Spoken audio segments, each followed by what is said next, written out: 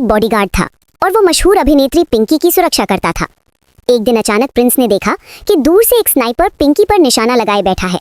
हालात समझते ही प्रिंस ने बिना सोचे समझे पिंकी की कुर्सी को जोर से एक तरफ धकेल दिया। उसी पल गोली चली और मोटा कांच टूट गया, लेकिन गोली पिंकी को नहीं लगी बल्कि पास के खंबे से टकरा गई। पिंकी की जान बच गई। प्रिंस तुरंत उसके पास पहुंचा और बोला कि सामने 300 मीटर दूर एक स्नाइपर है और उसे छुप कर रहना चाहिए। निशाना चूकने से स्नाइपर घबरा गया। उसे समझ नहीं आ रहा था कि प्रिंस ने उसकी जगह कैसे पहचान ली। फिर भी वो हार मानने वाला नहीं था।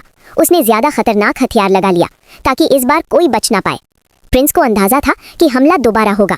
उसने पिंकी और उसकी सहेली को अंदर छुपा दिया और खुद बाहर खड़ा हो गया। उसके हाथ में कोई बंदूक नहीं थी, सिर्फ ताश के पत्ते थे। दूर से देखकर स्नाइपर को हंसी आ गई। उसे लगा ये आदमी पागल है, लेकिन उसे ये नहीं पता था कि प्रिंस असल में बेहद खतरनाक योद्धा है जो अपनी ताकत छुपाकर साधारण बॉडीगार्ड बनकर रह रहा था। स्नाइपर ने फिर गोली चलाई। उसी समय प्रिंस ने ताश के पत्ते फेंक दिए। हैरानी की बात यह थी कि ताश के पत्तों ने उस हमले की दिशा बदल दी। प्रिंस ने 2 और पत्ते फेंके और हमला वापस स्नाइपर की तरफ मोड़ दिया। स्नाइपर जान बचाकर भागा। वो जिंदा तो बच गया, लेकिन बुरी तरह घायल हो गया। थोड़ी देर बाद प्रिंस ने आवाज दी कि अब खतरा खत्म हो चुका है। पिंकी बाहर आई और सुरक्षित थी। इसी बीच पिंकी की निजी सहायक वहां पहुंची और घबराहट में सवाल करने लगी, लेकिन प्रिंस समझ चुका था कि वही सब कुछ की सच्चाई जानती है। उसने साफ कहा कि हमलावर को चोट लगी है और ये बात सुनकर उस सहायक का चेहरा उतर गया।